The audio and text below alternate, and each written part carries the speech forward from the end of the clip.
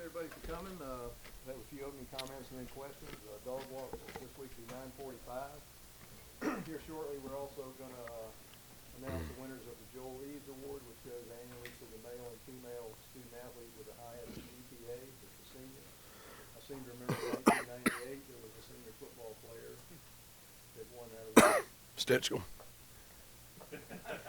That was one time you got him, I think. I don't remember what that GPA was that year. No, I don't either. Hey, I don't think it was higher than Matt's. I can assure you that. No live streaming, please. Well, as we move on to Arkansas State, I want to make mention that this is a really, really good football team. Do a tremendous job offensively and defensively, and you could see that last night right when we flipped the page to look at them. They've got some really good defensive players, explosive, quick, leading their conference in a lot of categories.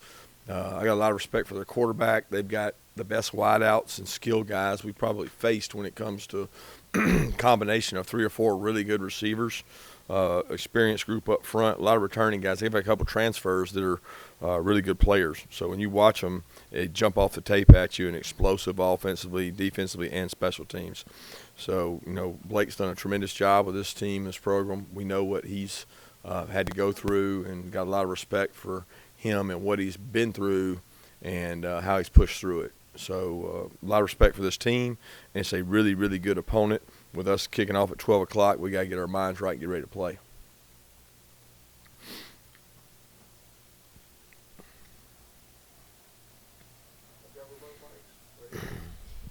Kirby, of course, y'all are doing well in rushing again. Seems like y'all always put together good running backs. How much do you use that when it comes to recruiting and all that type of stuff to, point out Chubb and Michelle and all those guys when you're out trying to bring in running backs, every year?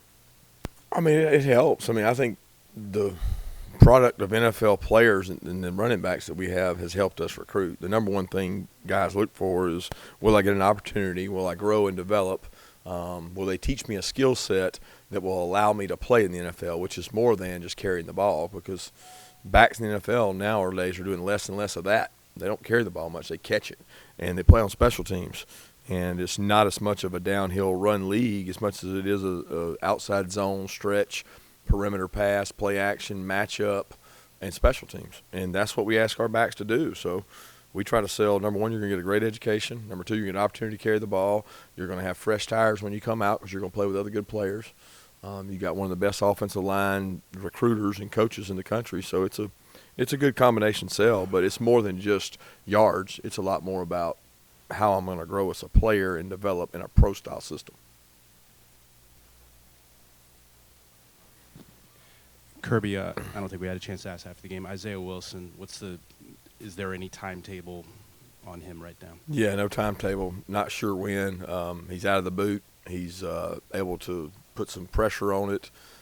He's going to be doing some underwater running and working on some things, but no idea. He may be available this week. I have no idea. It's just going to be wait and see. Coach, what is your assessment of Trey Hill so far, and specifically him getting the signals out to his fellow linemen, the communication skills? Trey's done a good job of communicating. Trey comes in and meets extra, as a center has to do, to call fronts, to get looks, to really watch tape and be the master of his trade.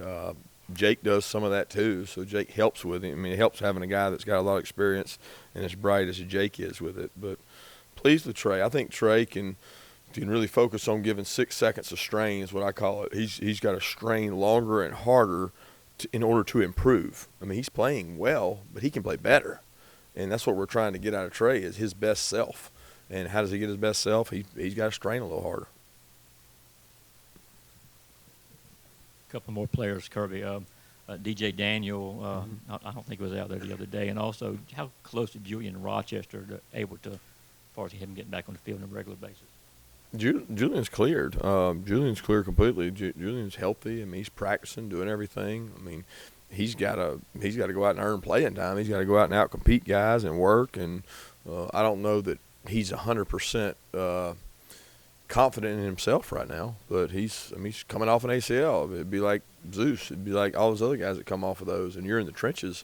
It's every down in, down out. You got 600 pounds on you. So that part's up to him to earn that and the way he plays and practices and continue to work on it.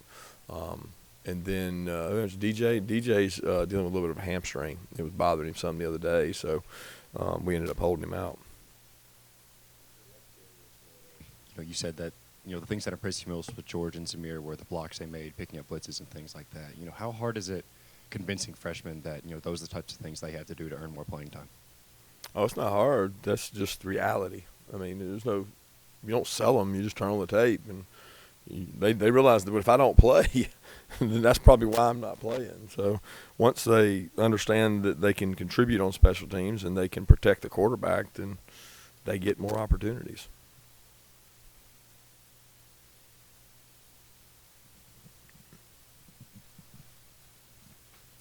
With George Pickens' blocking ability, is that something that you thought he'd be able to come in and help you guys with right away, and what have sort of been your impressions of him as a blocker so far?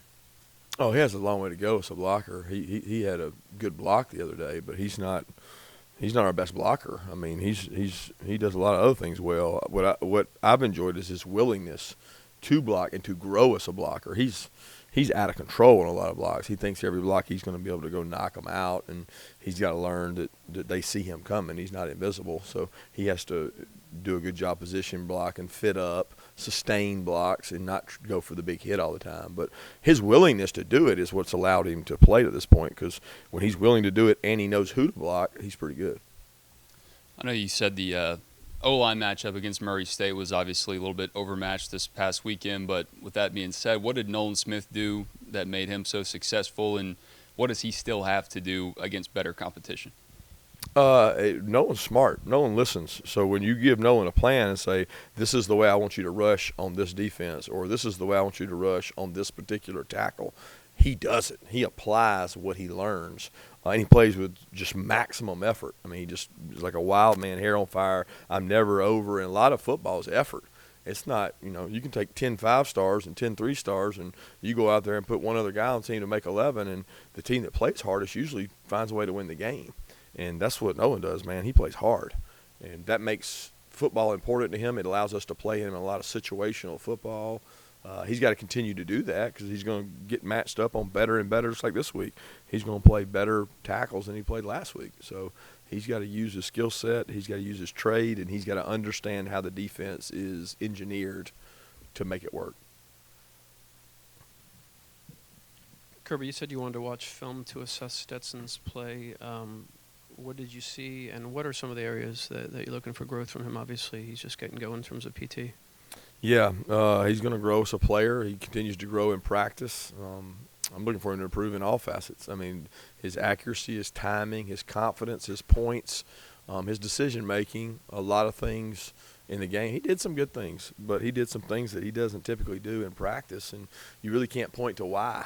And I think that's probably true with every quarterback. I mean, Jake had things in the game that we missed some opportunities that why in practice did you do this, and then what made you do this different in the game, and are we giving him the right looks to make him make the right decisions? How much like the game is our practice?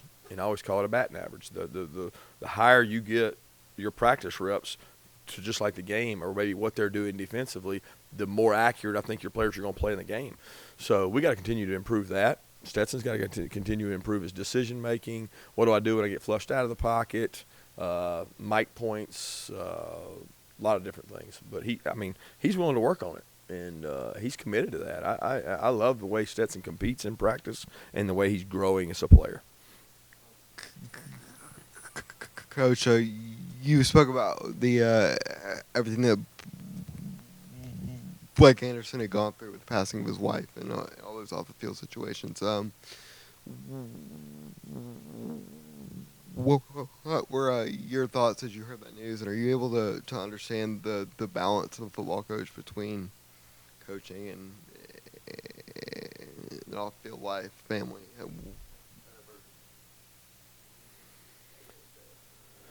Yeah, I can't even begin to fathom or understand what he's gone through. When I first heard the news, I was just, crushed for him and his family and his kids, and you can never. I can never imagine what he's having to go through, because that's really tough. Obviously, he knows family because he made a choice to step away and to be able to go be with them, and now he's come back, and I've met Blake a couple times and just got a lot of respect for him as a person and a coach, and can't imagine what he's had to go through as far as his family, all his family, his kids and everything. Kirby, last week, Swift said that he was taking on a new role this year as a leader. Just in me speaking to him from last year to this year, I mean, his interviews are like miles better. I'm just wondering how you've seen him grow into that role. Yeah, he relishes that role. I think he understands that he is one of the inspirational players on the team. He inspires others to do more by the way he competes on the field, the way he runs the ball, the energy he attacks practice with. He tries to set a good example for the young players. For George, I mean, George has a bonehead penalty, and Swift's one of the first guys to come over and visit with him and talk to him about it because he knows that he can help him with that, and he knows that that George is going to be a good player. So here's an opportunity for him to impart some of his wisdom and knowledge, and I think that Swift does that really well.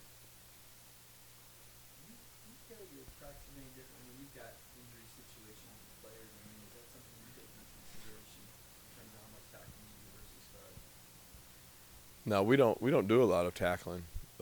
We do tackling preseason camp.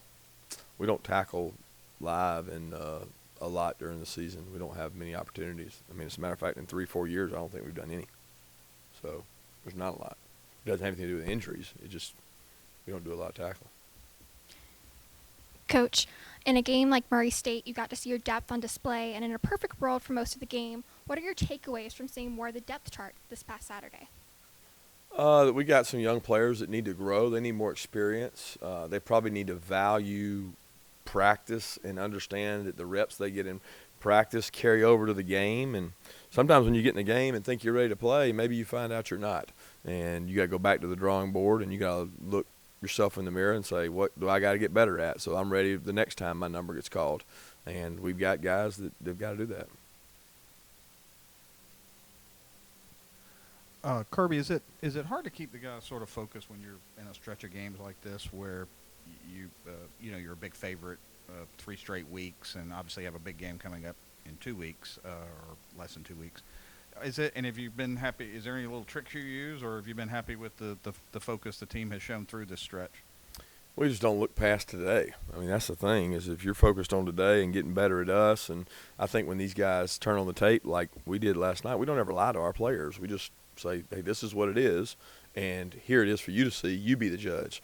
And we did that last week. We're going to do that this week. The tape speaks for itself this week. These guys are a really good football team. And y'all are all sitting there saying, yeah, right, whatever. This team has a really good football team. They got a really good quarterback. They got good wideouts. They've got explosive players on defense, all conference players all over the place in a conference that I got a lot of respect for. Kirby, sort of football philosophical question, sort of havoc rate related. There's some people that believe turnovers have a random element to them.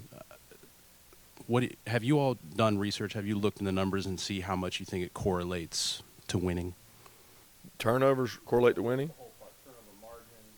Et cetera. Turnover margin would be the greatest indicator most seasons that NFL and college teams do their studies of who wins games.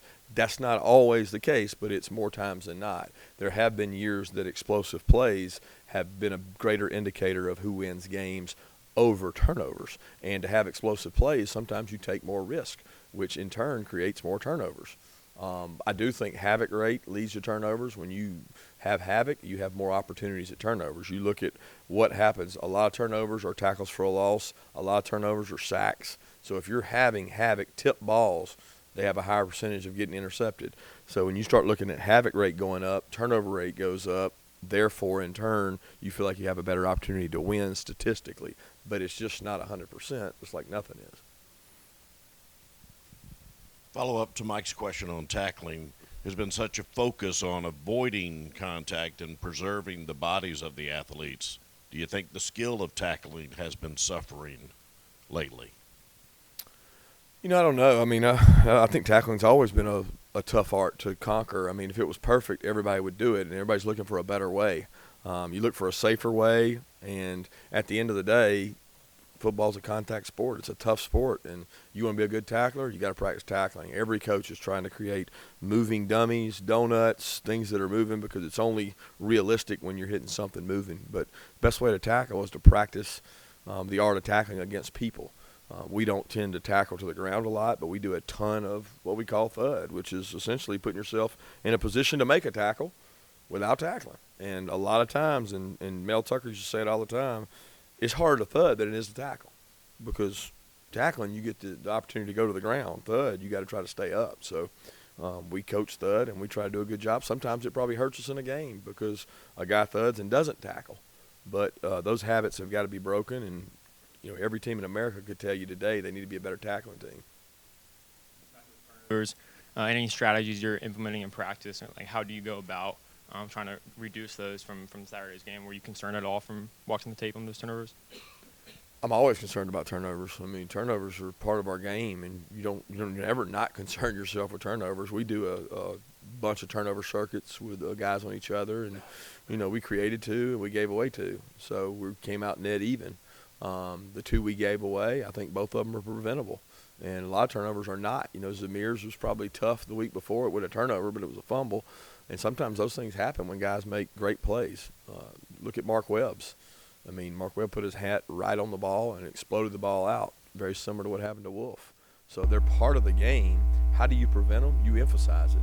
You talk about ball security. You do everything you can to create those environments with your scout teams, and we do a lot of that. And we try to promote and reward players who get turnovers and to try to get it to happen more.